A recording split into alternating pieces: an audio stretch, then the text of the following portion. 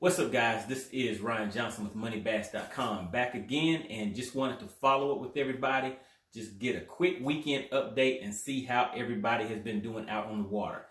Has anyone been out there fishing tournaments, fun fishing, or anything like that on the water, or had any, any good things happen? Maybe you got your PB, maybe you placed or won a tournament. Please get active down in the comment section and share with everyone how things have been going for you.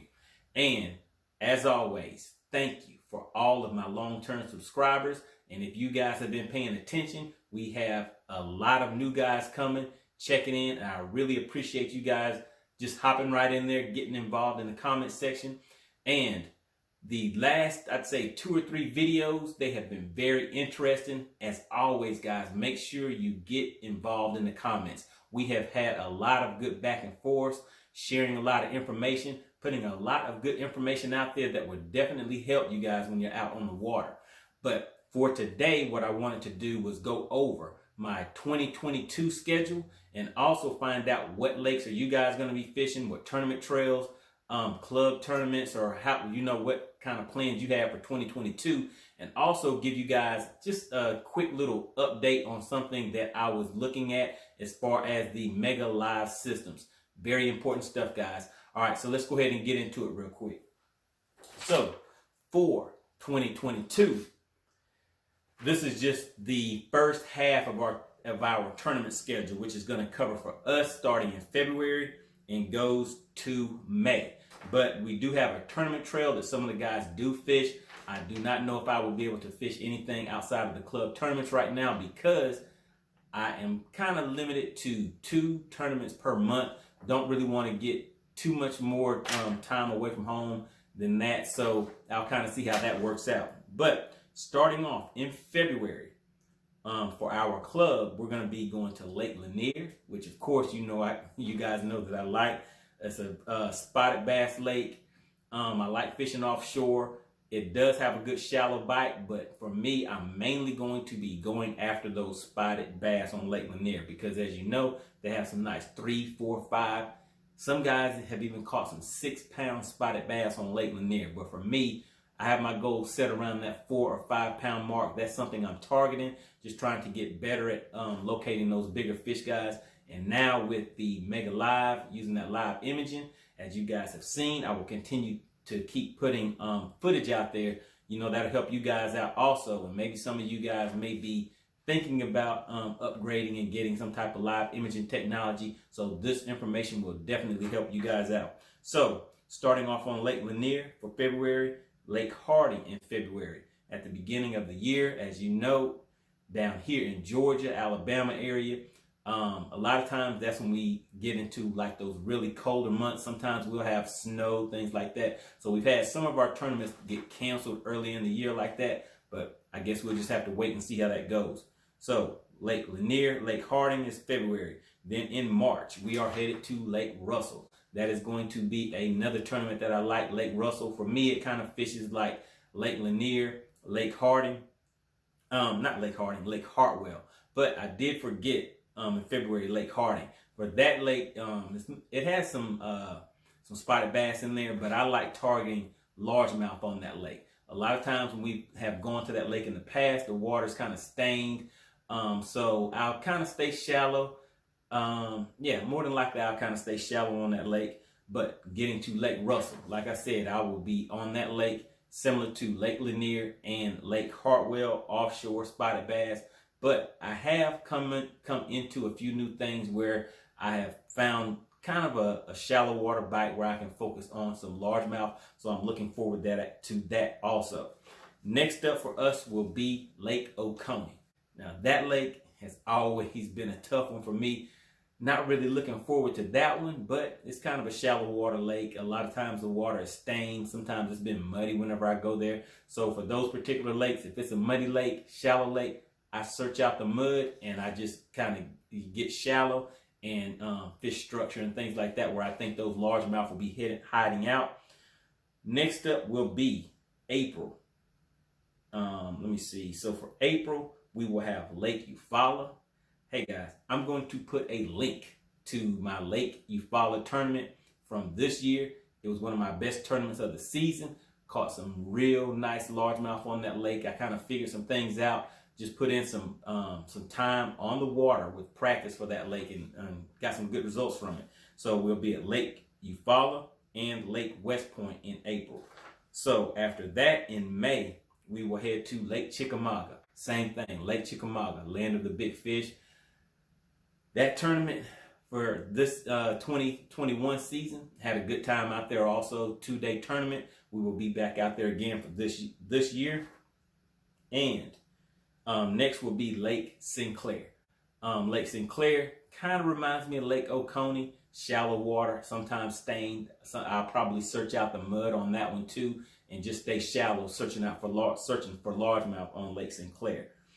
And that's pretty much it that we have on our schedule as far as our club tournaments go. There's another outside trail, F4R Outdoors. So depending on how our schedule lines up, like I said, I'm going to pretty much stick to 2 tournaments per month. So if I can squeeze those in there while staying within those 2 tournaments, then I'll probably head, and I might be able to head out to some of those, and I'll probably be able to participate. So what kind of what type of schedule, schedule do you guys have as far as how many tournaments do you try to participate in a month? And keep it in mind with pre-fishing and things like that. And hey guys, we're not professional anglers at this, so we still have our family obligations, and if you're self-employed or working, you still got to kind of keep a balance with everything. So just let me know what you guys think and how you guys work out your tournament season. Another thing I'm thinking about for 2022 is maybe trying out some BFLs. So with the BFL schedule, in February, they have Lake Lanier, but that's going to conflict with something I already have going on, so I probably won't be able to hit that one. Then in March will be Lake Oconee, and this is the Bulldog schedule. In May, will be at Sinclair, so that's another lake that I'm familiar with. Not sure if I will be at that one or not. One that I'm kind of interested in is the Lake Eufaula BFL tournament that is under the Bulldog division, and that will be Lake Eufaula in June. So we'll see. Maybe I'll be able to squeeze one of those in, but I know for that you'll be going, if I participate in that, I will be going up against some local anglers, and I know they come in with some 19, 20, 18 pound bags, something like that. I know they're catching some big fish on that lake. I have caught a 7.57 there. I think my best bag on Lake Eufaula is 17.74. Like I said, I will put the link in the description so you guys can check out that tournament video. And then the last one will be a BFL on Lake Lanier, and that will be in August also. So maybe I will participate in some outside tournaments, but like I said, it really depends on how the schedule and my timing and everything lines up. But that's all I have as far as the scheduling goes for now, guys. But like I said, let me get into just a quick update regarding the Mega Live. So I'm pretty sure anyone who already has the system, the Mega Live setup, you guys have been staying in the comment sections on my videos, on other videos, and also on Facebook. They have a good forum on there for Mega Live imaging.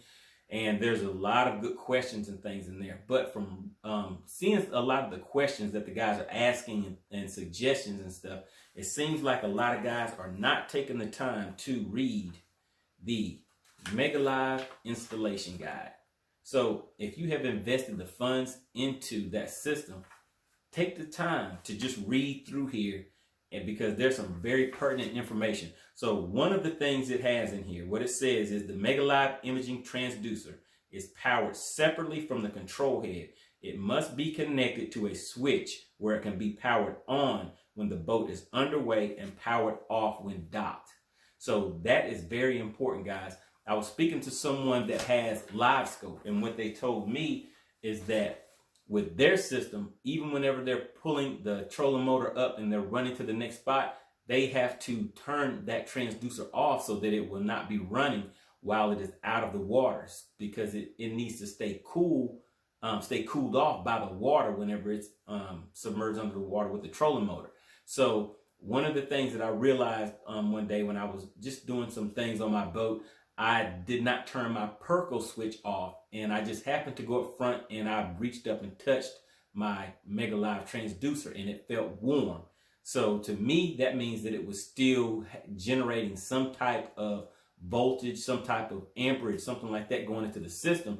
So you want to make sure that you put that switch in there and turn that transducer off whenever you're not using it. But that was just a quick tip. Make sure you read the installation guide on that. That's pretty much it for now, guys. Just a quick weekend update. Just wanted to check in, get you guys down in the comment section. Like I said, I really appreciate everyone that has been participating and helping this channel grow.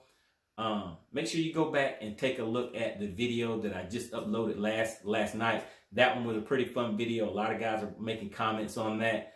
It's basically about the top lies that are told by bass fishermen. Just something fun. We're on our off season. I'm just in here getting my gear and everything ready while my boat is in the shop. But hopefully in another week or two, I will be back on the water getting some footage for you guys. So until then, have fun and stay safe out there on the water, guys.